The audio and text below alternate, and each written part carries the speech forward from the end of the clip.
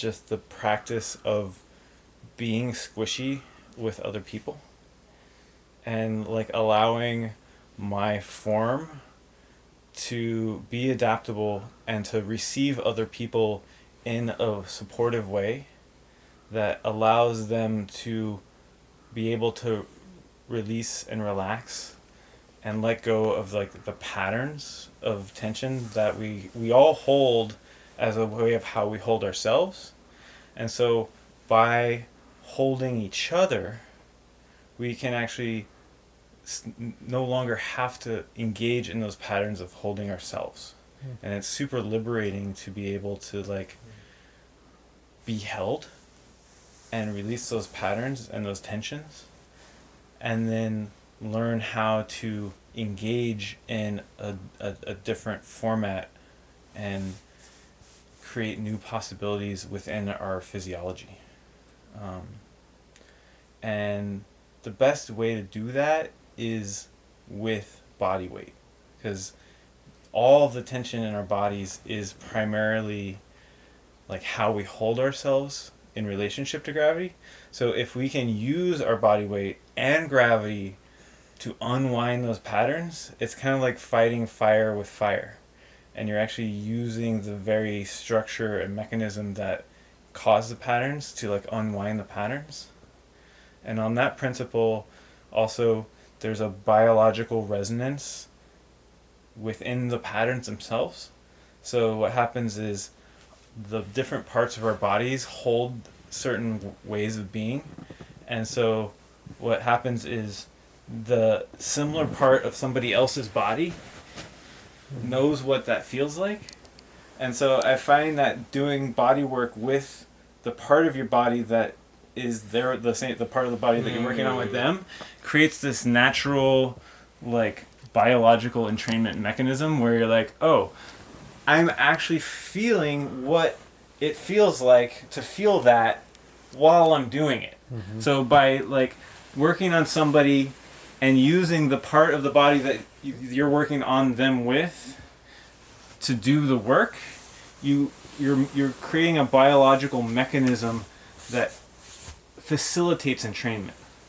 And then because you're using just body weight to do it, you can be super relaxed in the process. And then you're actually, entrainment's not just a one-way street. Like I can feel what he feels like if I tune into him, and it's easier because my body's having a similar experience. But then it's a mutual experience. So he's also feeling what I feel like because we're connecting our nervous systems physically.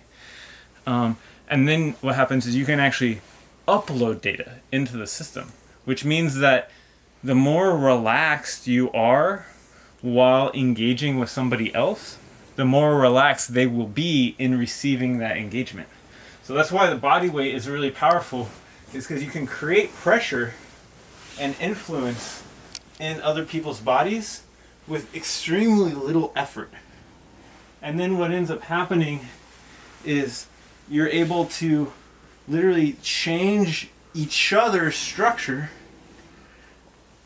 in a very like passive way, just using the symmetries of your bodies.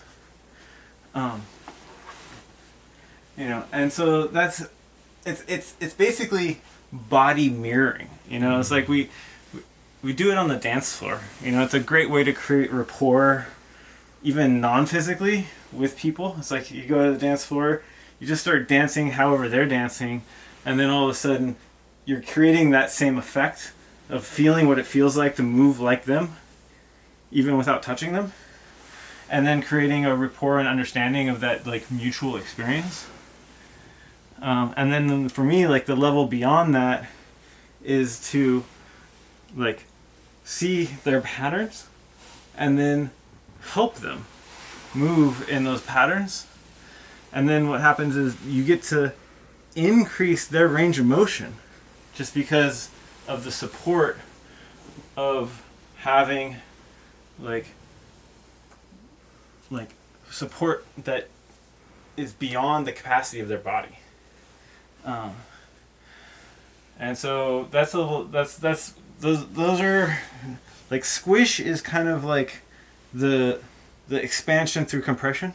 It's like this beautiful integration of polarity in the sense that when you, in order to compress something, it has to like expand radially to like receive that pressure. So squish is actually a form of expansion, but interstitially. And then the level beyond that is, I call it schmear. So squish like flattens and softens and like expands the tissue interstitially, and then if you add like a torsional component, like you can actually slide those layers of tissue across one another and create like liberation in between the different layers of tissue. And so that's like a whole different dimension of fascial mobilization. Because if anything, that's really what we're working on. Like getting people to relax is actually not that hard. Like muscles, the functional mechanism of muscles is to contract and release. So coaxing a muscle to relax is like not that difficult. They're designed to do that. Where the patterns in the body actually live is actually in the connective tissues. Like the connective tissues are the parts of your body that like actually are designed to hold it all together, and so they actually hold the patterns. And so if you really want to like liberate somebody from their own tension patterns, what you're actually working on is the actual fascial net of connective tissue. And like kind of, if anything, what we're really just doing is we're just disrupting patterns. And then that creates freedom in the system for them to like reformat how they function. Because even just basic shit like how we walk, you know, like most of us learned how to walk when we were like about this big, and those like functional mechanistic patterns just aren't efficient at our current physiological like scale. And so for me, like that was actually a metric for a good session for a long time, is like you should have to learn how to walk again. Like if you can actually like get somebody's pelvis so mobile that like actually even walking takes like a conscious amount of attention to like figure out how it works, you're actually repatterning the actual mechanism of how they walk. Totally. So as far as dimensions go, it's like squish is the dimension, and schmear is a mobilization of those planes. And then the two other axes that exist within the three dimensions of space that we exist in is traction. Traction is the like pulling apart of things. So, and they're all very interrelated. You know, when you squish things, the stuff in between has to spread apart to make room for it. And when you schmear things, they're expanding away from each other. When you pull on things, you're just straight like expanding everything linearly. And then the other axis that's really fun is torsion. So torsion is when you like wringing out a towel. There, see? The beautiful thing about torsion is torsion creates compression like internally. So by twisting something, you're lengthening the outside and compressing the inside. So you can actually get so there's places in the body that you just can't access, you know, to compress from the outside, but you can twist them. You know, it's like I can't get to his anterior spine, but I can twist his entire spine and create compression on it internally. And so those are like the structural principles of like how you can like do body work with your entire body and work on yourself and them at the same time, which is also part of the like kind of holistic, sustainable nature of like taking the work out of body work.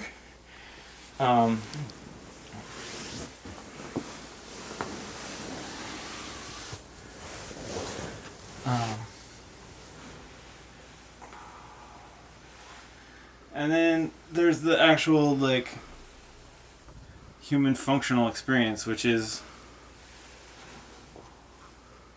mostly breathing. Breathing is the first thing that we do. Yeah. And so it's the core pattern. Like, how we breathe is the root pattern of how we embody. And so if you can get to a point where you're actually, somebody's so relaxed that you're kind of facilitating their breathing, then you can basically just like reboot their entire neural pattern network from the root up. So that was my new metric. First metric was like if you have to learn how to walk again, and then this next metric is if you have to resuscitate them. Because there's a point where if you actually get the diaphragm fully compressed, it'll actually atrophy. If you can actually get the diaphragm to its extent of range of motion, then there's like nowhere for it to go. It's like, okay, fine, you're done. And it'll just stop. And then you just kind of have to like remind it that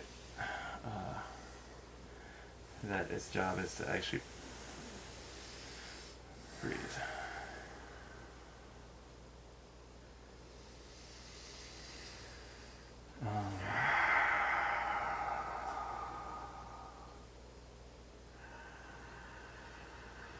But it's the same thing. It's like you are exerting force, but there's an important distinction between force and effort.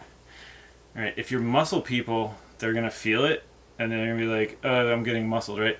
But if you're just like leaning into people, and like using that force to open yourself, like yeah, I'm working on him, but I'm also like opening up my rhomboids because I'm actually like leaning into.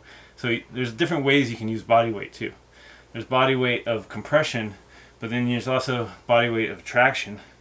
And like most of this is just learning how to like interact with other people in a really easy and relaxed way. And so I think the foundation of that is just rolling around on each other. So I don't know if you guys are in the mood to like do some experimental rolling around. Yeah. In the name of science, yeah. Yeah. So I suggest starting in some kind of symmetry. Because it creates that like resonance. And then once you've established rapport and your nervous system starts to entrain, you can get really freeform about like how you interact with each other. Just like starting like back to back. Back to back is the most accessible way to attune to like anybody's neurology. Because the front, the front of the body is the vulnerable, sensitive side. So eventually, when you actually are really comfortable and familiar with somebody, like front to front is a lot deeper. Like you're inside their range of motion, and you're actually opening them up from the inside out. So it's almost like I don't know. I always get this visual of sea turtles trying to like swim through each other. You're gonna say trying to mate. No, well we're off axis, right? Like if we were on axis, it would be the mechanism of how mating happens. But because we're off axis, we're just purely in a realm of structure.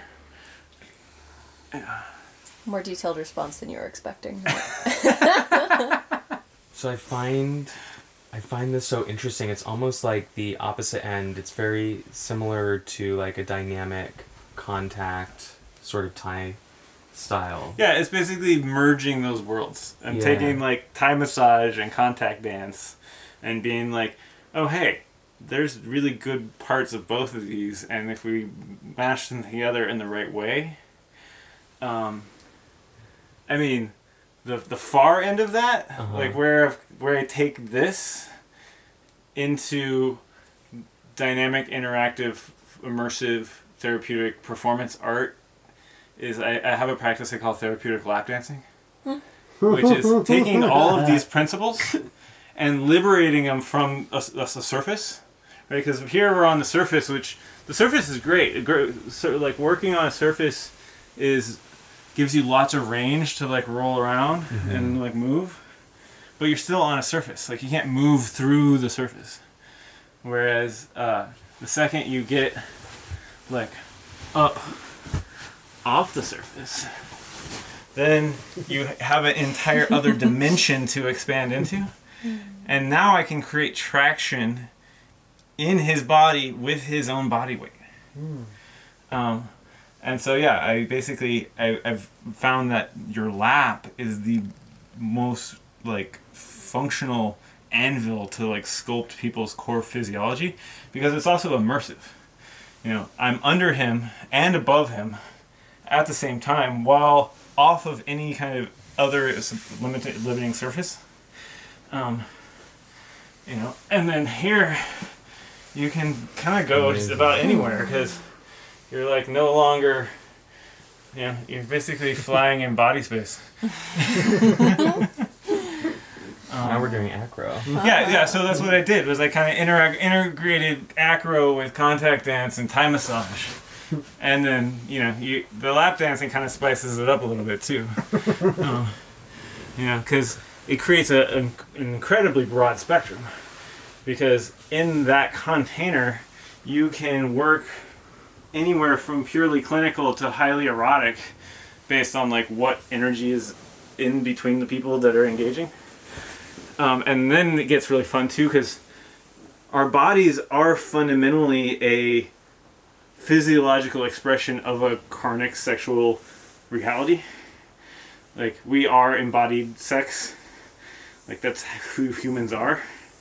And so if you can tap into that carnal embodiment energy and use someone's arousal to like, and then redirect it through their body.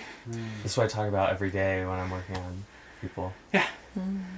You can literally take someone's arousal and use it to restructure their physiology, because you can use that charge to like push through blockages in their system.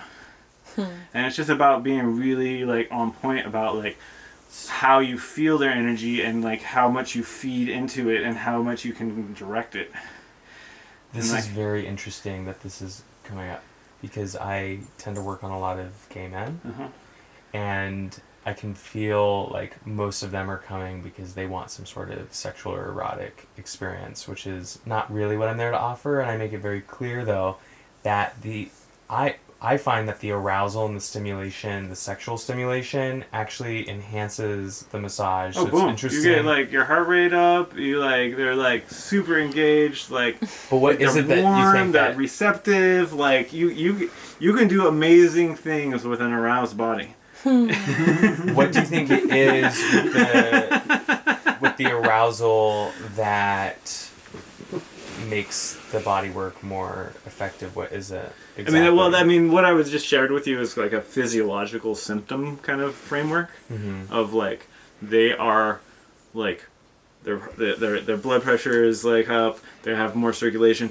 things are more irrigated. I guess that was one of the things I was going to ask everybody before we started, and I forgot. It was, since we just came out of the steam room, just wanted to make sure everybody was like properly hydrated, because that's like, again, like the core of this practice is just the acknowledgement that we are just walking bags of water, right? And that all the mechanisms, of like how we interact with this bag of water is very hydraulic.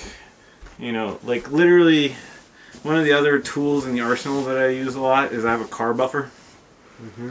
And so I've integrated the car buffer into my physical therapy practice, because just a mechanical like mobilization of the interstitial fluids has tripled the effectiveness of the bodywork, because not only does it like warm up and irrigate all the tissue, but it overstems the nervous system, and basically it creates like a neural pattern eraser, where you get a chemically induced or physically induced chemical atrophy, because so much physical stimulation has created so much like nervous signal release that nerves are neurochemical, so the signal is electrical, but the origin and receptions are chemical reactions.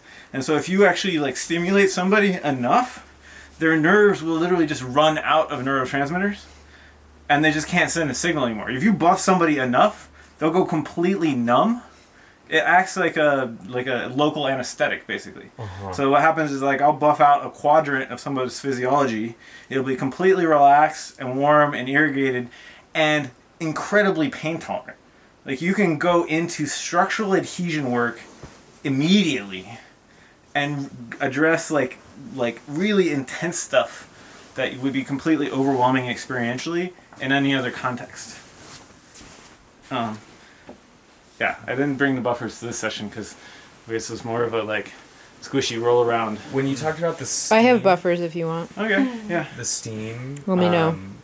the purpose of the steam before, do you find that it's the water and the heat, or can heat be effective Heat, I mean, too? heat is just, heat's just energy. So all you're doing is you're just adding energy to the system. There's heat. Heat is just, it's a spectrum, right? We all have heat. Even frozen things have heat. They just have less of it. And so what the steam is it's just this is the verbiage here is really fun. Steam is excited water. Like, so what you do is you have a device. The device arouses the water into a higher energy state. Right? It releases it into this container. Like, it would just run off into space to disperse its energy if you didn't contain it. So the crazy geodesic insulation structure just keeps it in an environment long enough for you to engage with it. And then that steam interacts with your body. It like transfers that excitement and arousal into your body. So it's basically, it's also fun to think of it in a like elemental alchemy context, because effectively what steam is it's the alchemy of fire and water. So what happens is fire is the element of transformation, transmutation. Like, fire actually transforms the like composition of anything into something else, right? But water is the medium of life. Water is the embodiment. Water is the emotions. And so what you're doing is you're tempering that transmutative element of fire with water and turning it into something that is like biologically receptive and supportive, and you're kind of conveying the energy and the transformational nature of the fire into the body in a way that it can receive, because the fire has been tempered by the water into something that it won't burn you. It's like it becomes transformation and excitability fluid. Yeah, exactly. And it's immersive. You breathe it. I mean, that's why I love the steam. Is it's like fully immersive. Like, hot tubs are nice and hot, but like it's actually really hard to relax, because if you fully relax, you drown.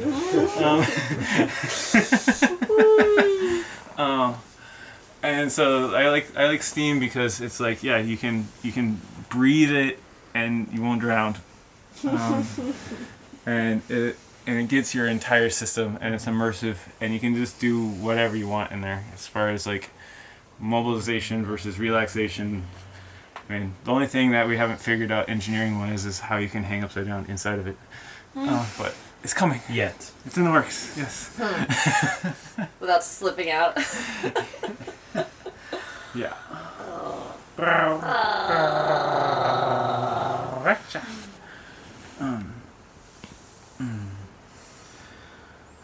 But yeah, it's a fun game of feeling into other people and where they are expandable, and also feeling into yourself and where you have resource and where you need some expansion yourself.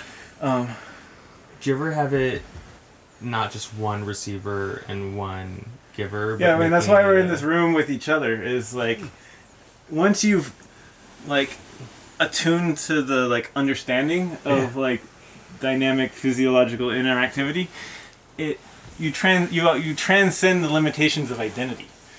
I mean, I think honestly that's why for me, like doing body work is actually for me like the most like meditative thing that I can do in my own consciousness is in order to really tune into somebody else on a really deep, full, like coherent, like immersive, I feel you like level, you actually have to let the rest of your own self go, okay? Because we only have so much bandwidth, you know. And so what happens is, by really tapping into other, you actually transcend all the limitations of self.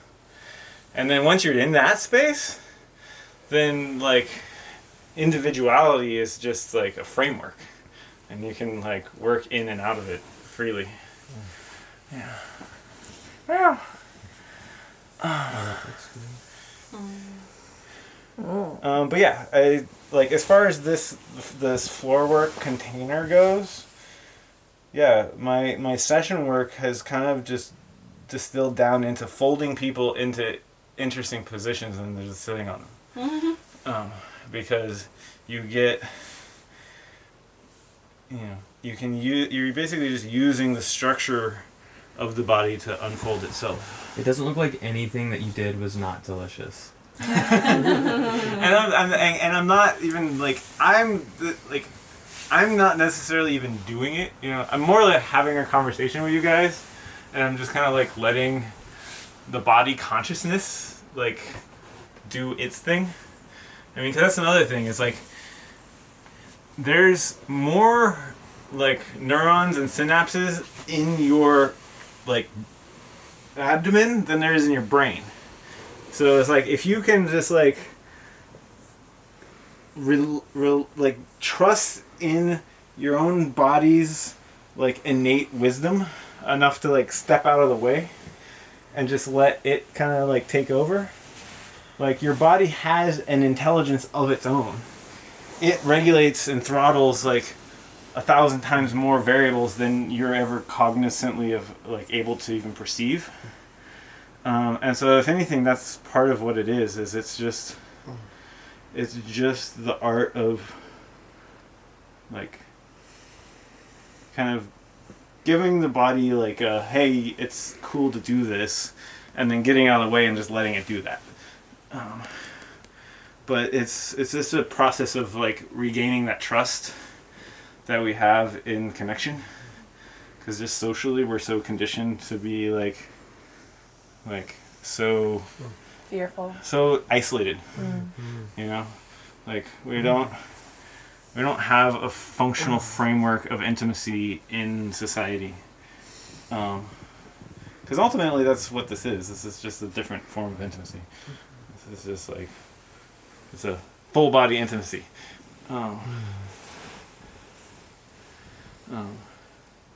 And you can also just create a like an amazing amount of leverage.